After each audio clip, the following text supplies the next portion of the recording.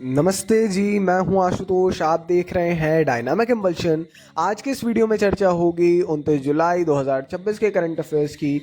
और you all guys no कि रोज़ सुबह 6 बजे हम अपने वीडियोस को लाइव करते हैं, आपसे मिलते हैं और आपको हर एक जानकारी जो आज से लेकर के इस पूरे हफ्ते में इम्पोर्टेंट हुआ है, उसमें से हर एक जानकारी स्पेशली आज की हम आज ही देने का प्रयास करते हैं। आइए देखते हैं पहली जानकारी को। आरबीआई को फील्ड ट्रायल के लिए 10 और 20 रुपए के पॉलीमर नोट जारी करने की सरकारी मंजूरी मिल गई है। हाल ही में भारतीय रिजर्व बैंक को भारत सरकार से 10 और 20 रुपए के एक अरब पॉलीमर नोटों को परीक्षण के लिए जारी करने की अनुमति मिल गई है। लंबे समय से प्लास्टिक नोट्स की बात हमको मीडिया में सुनने को मिल रही थी और अब इसमें ऑफिशियली अब अनुमति सरकार ने दी है। प्लास्टिक नोट्स ऐसा डायरेक्ट नहीं, प्लास्टिक नोट्स नहीं है, उसमें बहुत कन्फ्यूजन है अभी वर्तमान में, अब और क्लियर होगा समय समय आने पर। तो पॉलीमर नोट्स हैं, ये पॉलीमर से बने हुए एक अरब, 10 रुपए के 1 अरब और 20 रुपए के 1 अरब ऐसे नोट जारी किए जाएंगे। सरकार ने मंजूरी दी है। वित्त राज्य मंत्री पंकज चौधरी ने संसद की कार्यवाही के दौरान ये घोषणा की। यह कदम भारत में मुद्रा के अधिक टिकाऊ रूप की प्रामाणिकता का मूल्यांकन करने की दिशा में एक महत्वपूर्ण कदम है। परीक्षण सफल होने पर आरबीआई ने पॉलीमर नोटों को आम जनता के लिए प्रचलन में लाने की योजना बनाई है। हालांकि सरकार ने स्पष्ट किया है कि पॉलीमर नोट कागजी नोटों के साथ ही प्रचलन में अभी फिलहाल रहेंगे, यानी ऐसा नहीं है कि पुराने कोई भी नोट बंद होंगे, प्रचलन निरंतर जारी रहेगा। और ये एक टेस्टिंग के लिए अभी हम ऐसा लॉन्च कर रहे हैं, ऐसा आरबीआई का कहना है ना। देखते हैं कैसा क्या रहता है सर, हमारे नागरिकों का अपना क्या इस पे टेक रहेगा, वो तो वक्त ही बताएगा।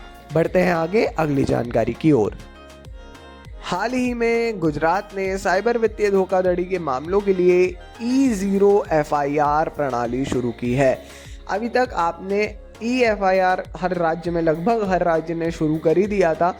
अब आप देखेंगे कि गुजरात सरकार ने साइबर वित्तीय धोखाधड़ी की शिकायतों को पीड़ितों के लिए पुलिस स्टेशन जाने की आवश्यकता के बिना दर्ज कराने हेतु E0 FIR यानी हमको नहीं पता दोषी कौन है, यानी हमको किसी के ऊपर, किसी के खिलाफ नहीं दर्ज कराना, हमको अपनी शिकायत दर्ज कराना है। तो वो घर बैठे गुजरात के नागरिक कर सकेंगे। इसका उद्देश्य है त्वरित जांच को सक्षम बनाना, धोखाधड़ी से प्राप्त धनराशि की वसूली की संभावना को बढ़ाना और साइबर अपराध मामलों की रिपोर्टिंग को आसान बनाना।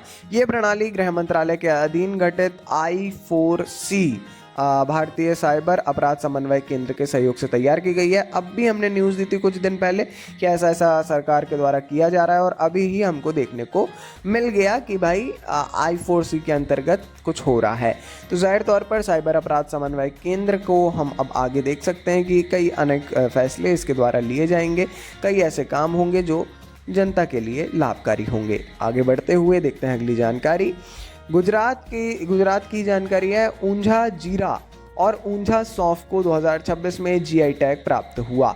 हाल ही में गुजरात ने भौगोलिक संकेत GI टैग प्राप्त करने वाले भारत के राज्यों में अपनी अग्रणी स्थिति को मजबूत किया है और मजबूत करते हुए 2026 में 2 उत्पाद ऊंझा जीरा और ऊंझा सौंफ, इसको GI रजिस्ट्री, GI टैग मिल गया है।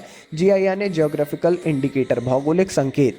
अपनी अनूठी गुणवत्ता, उत्पत्ति और अंतर्राष्ट्रीय मसाला व्यापार में प्रतिष्ठा के कारण उन्हें GI टैग से सम्मानित किया गया है। इस विकास के साथ गुजरात में वर्तमान में खाद्य पदार्थों, हस्तशिल्प, प्राकृतिक उत्पादों, मशीनरी आदि से युक्त कुल 31 GI टैग प्राप्त हो चुके हैं, है ना। अभी तक GI पंजीकरण का अर्थ न केवल पारंपरिक ज्ञान का संरक्षण है, बल्कि किसानों की आय में वृद्धि और राज्य के निर्यात अवसरों में भी सुधार लाना है इसमें, है ना। तो GI टैग अपने आप में वर्तमान समय में एक बड़ी बात है। जब आए थे, शुरू हुए थे, तब नहीं लगता था, मगर अब समझ में आ रहा है GI टैग की एक अलग अपनी शान नज़र आ रही है। जनता कहीं जा रहे हैं, हम नागरिक कहीं जाते हैं, तो एक चीज़ होती है GI टैग जो ज़रूर जानते हैं। आगे बढ़ते हुए IFSF, ऐसा हमारा जो विश्व कप है, इसमें अगर हम बात करें तो चीन के हांगझोउ में आयोजित ISSF विश्व कप 2026 में महिलाओं की 25 मीटर पिस्टल स्पर्धा में ईशा सिंह ने स्वर्ण पदक जीता, वहीं मनु भाकर ने कांस्य पदक हासिल किया। एक समझने वाली बात है और बड़ी इंपॉर्टेंट जानकारी है। फाइनल में विश्व कप के ईशा के शानदार प्रदर्शन ने उन्हें चैंपियन बनाया और रोम में आयोजित होने वाले इस विश्व कप के 2026 के फाइनल के लिए सीधे क्वालिफाई करने का अवसर प्रदान किया। मनु ने भी अपनी उपलब्धियों की लंबी सूची में एक और अंतर्राष्ट्रीय पदक जोड़ लिया। मनु भाकर लंबे समय से हम देख रहे हैं वो अपना एक अलग ऐसा अचीवमेंट्स उनकी बढ़ती जा रही हैं और अभी हमको ये भी देखने को मिला। साथ ही ईशा सिंह ने भी स्वर्ण पदक जीता है, तो बड़ी बात है ऑटोमेटिकली पिस्टल स्पर्धा में, है ना। तो अब ये जो है ईशा वो चैंपियन बनी है और अब जो रोम में आयोजित होगा विश्व कप ये उसमें जो है शामिल होंगी। बड़ी बात है। बढ़ते हैं आगे, एक और जानकारी देखते हैं। अब खेल से ही जुड़ी हुई जानकारियां हैं सभी। खैर, कॉमनवेल्थ गेम्स 2026 में पैरा शॉट पुट में शर्मिला धनकर ने ऐतिहासिक स्वर्ण पदक जीता, शिल्पा शायला ने कांस्य पदक हासिल किया। ये दो जानकारियां एक साथ। महिला F57 शॉट पुट स्पर्धा में शर्मिला धनकर ने स्वर्ण पदक और शिल्पा शायला ने कांस्य पदक हासिल कर एक बार और इतिहास रचा है, एक ऐतिहासिक जीत अपने नाम की है। भारत के लिए ऐतिहासिक जीत है क्योंकि राष्ट्रमंडल खेलों में पैरा एथलेटिक्स वर्ग में देश का पहला स्वर्ण पदक है और साथ ही पहली बार है किसी स्पर्धा में भारत ने 2 बार स्वर्ण पदक जीता हो। इसके अलावा शर्मिला का 9.81 मीटर और शिल्पा का 7.26 मीटर का थ्रो दर्शाता है कि भारत पैरा खेलों के क्षेत्र में वैश्विक शक्ति बनने की राह पर अग्रसर है। पैरा खेल जो दिव्यांगजनों के द्वारा खेले जाते हैं, पैरालंपिक अपना आपको पता ही है कि पैरालंपिक भी होता है, सेम ऐसा ही होता है। कॉमनवेल्थ में अलग से कंप्लीट नहीं है, मगर हाँ इसी में शामिल है और कई ऐसे गेम्स हैं अलग अलग फील्ड्स में जो हमको देखने को मिलते हैं। तो अपने आप में एक गौरवशाली बात है भारत के लिए। इसी से जुड़ी एक और खबर, सर्वेश कुशारे ने राष्ट्रमंडल खेल 2026 में पुरुषों की ऊंची कूद में रजत पदक जीता। सर्वेश अनिल कुशारे, इन्होंने ग्लासगो में पुरुषों की ऊंची कूद में रजत पदक जीता है। ग्लासगो में जो हमारे कॉमनवेल्थ चल रहे हैं, जैसा मैंने बताया, भारतीय राष्ट्रीय रिकॉर्ड धारक ने 2.25 मीटर से अधिक की छलांग लगाकर किसी बहु खेल प्रतियोगिता में अपना पहला पदक हासिल किया, है ना। जैसे बहु खेल प्रतियोगिता यानी जो मल्टी स्पोर्ट गेम्स हैं हमारे, ऐसे टूर्नामेंट्स हैं जैसे कि ओलंपिक है, कॉमनवेल्थ है, एशियन गेम्स, इस प्रकार से। तो उसमें कॉमनवेल्थ में इन्होंने अपना पहला पदक जीता है इस मल्टी स्पोर्ट्स वाले में। तो और इस स्पर्धा में भारत के पिछले कांस्य पदक के रिकॉर्ड को तोड़ दिया।